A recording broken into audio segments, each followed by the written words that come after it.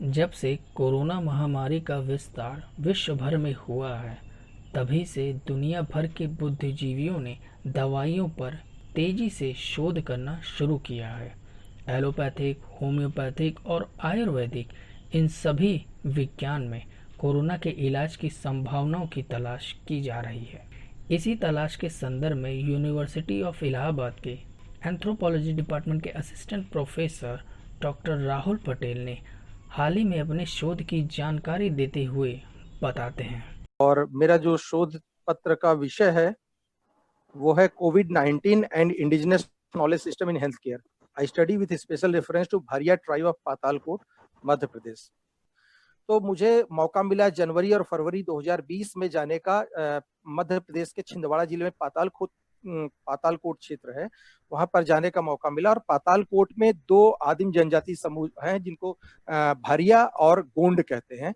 इनके बीच में रहने का मौका मुझे मिला। और फिर उस समय कोविड-19 की शुरुआत हुई थी और वर्ल्ड लेवल पर डब्ल्यूएचओ ने मेडिकल इमरजेंसी घोषित किया था। उस दौरान जब मैंने वहाँ के जो दो तरह के स्वास्थ्य व्यवस्था के बहुत महत्वपूर्ण जो है पात्र होते हैं, जिसको वो लोग भूमिका और परिहार कहते हैं, जिसको हम लोग अपनी आम भाषा में शमन कह सकते हैं, ओझा कह सकते हैं, झाड़ फूक करने वाला, ये जड़ी बूटी के विशेषज्ञ और ज्ञाता। तो भारिया और गोंड समाज में ये जो ज्ञाता थे, इनसे जब मैंने इनका साक्षात्कार किया और इनके बीच में रह के इनसे वार्ता करी, तो जो कोविड-19 के जो भी सिम्टम आ रहे थे, वो सिम्टम थे बदन दर्द होना, बहुत तेज बुखार होना यानी ज्वर होना, इसके अलावा निमोनिया, और फिर बहुत ज़्यादा खांसी आना, जुकाम, खराश और इम्यूनिटी पावर यानी रोग प्रतिरोधक क्षमता का कमजोर होना। तो इस तरह के जो है सिम्टम्स समझ में आ रहे थे। और जब हम लोगों ने उनसे बात करी तो उन लोगों ने बताया कि देखिए, हम कोरोना के विषय में तो नहीं जानते, पर ऐसे बहुत सारी बीमारियां हैं जिनका हम लोग के पास, हमारी जो जड़ी बूटियां उनमें उनका निदान जो है उपलब्ध है। और जब उनसे हमने बात की तो उन्होंने हमको बताया कि हमारे पास दो ऐसी जड़ी बूटियां उपलब्ध हैं जिनको जो है हम समझते हैं कि कोरोना के जो लक्षण हैं उनको जो है खत्म करने में या समाप्त करने में उनका महत्वपूर्ण भूमिका हो सकती है। और इसको मैंने क्रॉस चेक करने के लिए और इसको ठीक से साइंटिफिकली एनालाइज करने के लिए मैंने विभिन्न जो प्रतिष्ठित शोध पत्र हैं उसके 89 शोध पत्रों का जो है कंपैरेटिव स्टडी किया, अध्ययन किया। और इसके साथ-साथ जो मैं इन भूमिका और परिहार से जो मुझे 2 जड़ी-बूटियाँ मिली थी, जिसमें से एक जड़ी-बूटी इसको केवकंद ये लोग कहते हैं, कोस्टस स्पेसियोसस, और दूसरी जो है जंगली अदरक जिसको ये लोग कहते हैं जिंजीबर पर्प्यूरियम कहते हैं। ये दोनों ही जड़ी-बूटियाँ मैं उनसे लेकर के आया था। और इन जड़ी-बूटियों को उपजाने का जो तरीका है, ये 13 डिग्री तापमान से में कोस्टस यानी केवकंद उग सकती है, जबकि जो है जंगली अदरक है वो 18 से 28 डिग्री तापमान हो सकता है। मॉइस्ट सॉइल चाहिए, नमी चाहिए, बहुत अधिक आर्द्रता चाहिए। लेकिन इसके बावजूद मैंने कोशिश करी कि क्या इसको प्रयागराज में उपजाया जा सकता है। और ये 900 से लेकर 1500 मीटर तक की जो पहाड़ की ढलानें वहाँ पर होती हैं, international union for conservation of nature की सूची में ये जो है इंडेंजर्ड स्पीसीज यानी लुप्तप्राय जड़ी बूटियों में आती है।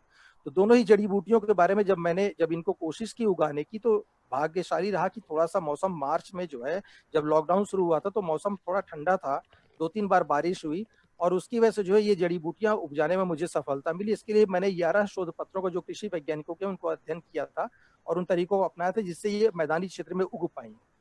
अब उगने के बाद जो है, जब मैंने इनके जो 89 शोध पत्र जो देखे थे, उन शोध पत्रों को जब कंपैरेटिव स्टडी करी, तो इसमें लगा कि इनमें जो भी, जैसे अगर हम लोग केवकंद की बात करें या कोस्टस स्पेसियोसस की, तो कोस्टस स्पेसियोसस में बहुत सारे एंटीऑक्सीडेंट्स हैं, एस्कॉर्बिक एसिड, बीटा कैरोटीन वगैरह हैं। और इसके अलावा एरिमेंथिन वगैरह है, डियोस्जिनिन है, डियोसनिन है, करक्यूमिन है। ये सारे के सारे जो है एंटी डायबिटिक है, डायबिटीज को रोकते हैं। तनाव, जो आजकल लॉकडाउन पीरियड में जो हमारा मानसिक तनाव हो रहा है, परिवारों में बहुत अधिक द्वंद्व हो रहे हैं, झगड़े हो रहे हैं, उनको भी समाप्त करने वाले इसमें तत्व उपलब्ध हैं। कैंसर को रोकने वाले तत्व उपलब्ध हैं। इसके अलावा कोलेस्ट्रॉल को घटाता है। Gram positive gram negative bacteria के ऊपर बहुत अधिक प्रभावशाली है। क्लेब्सिएला न्यूमोनी जो है, जो बैक्टीरिया होता है जो निमोनिया कॉज करता है, उसके उस पे भी बहुत अच्छा प्रभाव डालता है। तो निश्चित तौर पर जो भी इसके लक्षण हैं कोरोना के, उसमें बहुत प्रभावशाली है।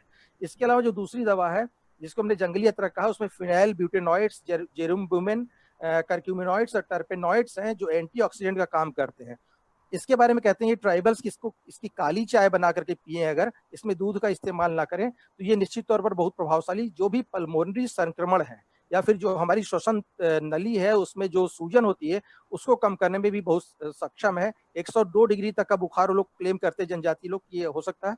जो मैंने शोध पत्र अध्ययन किया, जो मैंने कंपैरिजन किया, उसमें ये निकल करके आया कि निश्चित तौर पर जो भूमिका और परिहार ने अपनी बातें कही कि हाँ, ये जो कोरोना के लक्षण है उनको कम कर सकता है, उनको दूर करने में मददगार हो सकता है, हमारी इम्यूनिटी को बढ़ा सकता है। तो ये शोध पत्रों का अध्ययन करने पर मुझे ये सही लगता है और इस पे मैं और अध्ययन करने की कोशिश कर रहा हूँ। लेकिन फिर भी जो भी पबमेड या फार्माकोग्नोसी, फार्माकोलॉजी के जो भी अच्छे स्टैंडर्ड जर्नल्स हैं मेडिकल साइंसेज के, उनको अध्ययन करने के बाद यही समझ में आया कि जो इनके क्लेम हैं वो क्लेम कहीं ना कहीं सफल है। और इन जड़ी बूटियों की तरफ भी आयुष मंत्रालय और भारत सरकार को देखना चाहिए कि इससे दो फायदे होंगे सर। एक तो जनजातीय क्षेत्र जो पूरी तरह से छूटा है, वहां पर भी बहुत सारी समस्याएं हैं, वहां पर इलाज के संसाधन, देशज ज्ञान तंत्र उपलब्ध है, वो भी बृहद समाज में पहुंचना चाहिए।